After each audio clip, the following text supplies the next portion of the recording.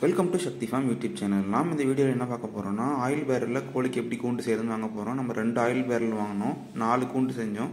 அதுக்கு என்னென்ன பொருள் தேவைன்னா, 4 கீல் வேணும். அதாவது ஒரு கூண்டுக்கு 2 கீல் வேணும். அப்போ 4 கூண்டு செய்கிறதுனால 8 கீலும், அப்புறம் ஒரு கூண்டுக்கு ஒரு பூட்லாக்கு, அப்போ 4 பூட்லாக்கு.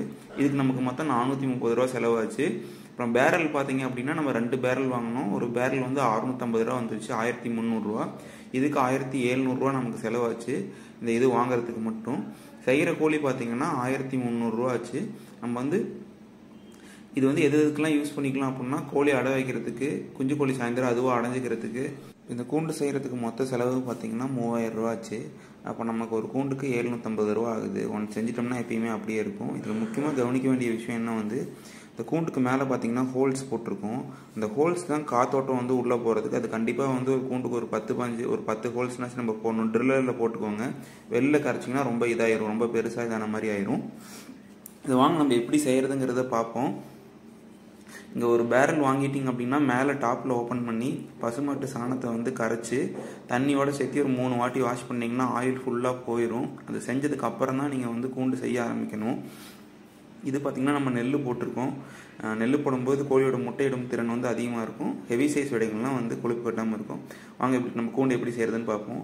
பேரலை வந்து பார்த்திங்கன்னா 2 ஆஃபாக பிரிக்கணும். அந்த மெஷரிங் டேப்பில் வந்து பார்த்திங்க அப்படின்னா கோடு ஃபுல் ரவுண்டுக்கும் போட்டு அதை வந்து பேரலை வந்து 2ஆக கட் பண்ணணும். நீங்கள் கட்டிங் மிஷின் இருந்தாலும் கட் பண்ணி கடையில் போய் செய்கிறது அப்படின்னா, நீங்கள் வந்து ஆஃப் பிளேட் இருந்தாலும் நீங்கள் அதில் கட் பண்ணிக்கலாம்.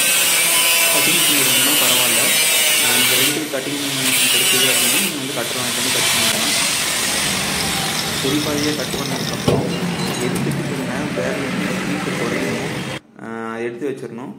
இப்போ பார்த்தீங்கன்னா அந்த கதவு செஞ்சுருந்தோம் பார்த்தீங்களா, அதுக்கு வந்து நம்ம கீழ் பாதியிலேருந்து ஒரு 1.5 இன்ச் வந்து கேப் வச்சு கோடு போட்டு கரெக்டாக ஒரு அடி அகலத்துக்கு. இது கூண்டு பார்த்தீங்கன்னா மொத்தமே 3 அடி உயரம் இருக்கும். அதை கரெக்டாக கட் பண்ணிவிட்டு கீழ் வச்சு வெல்ட் அடிச்சிடணும். இல்லை நீங்கள் உங்கள் வீட்டில் செய்கிறீங்க, எங்கள்கிட்ட வெல்டிங் மிஷின் இல்லை அப்படின்னா, நீங்கள் வந்து ட்ரில் பண்ணி ஸ்க்ரூ போல்ட் நெட்டு போல்ட்டு போட்டு நம்ம டைட் பண்ணிக்கலாம். நம்ம அந்த மாதிரியும் பண்ணலாம். அது நம்ம ஒரு ட்ரில்லிங் மிஷினும் ஆசா பிளேட் மட்டும் இருந்ததுன்னா போதும், நம்ம அதை வச்சு செஞ்சுக்கலாம். இந்த எஸ்கெல்லாம் பார்த்தீங்க அப்படின்னா செஞ்சதுக்கப்புறம் வந்து கிரைண்டிங் மிஷினில் அந்த சாணம் பிடிக்கிறதுன்னு சொல்லுவாங்க.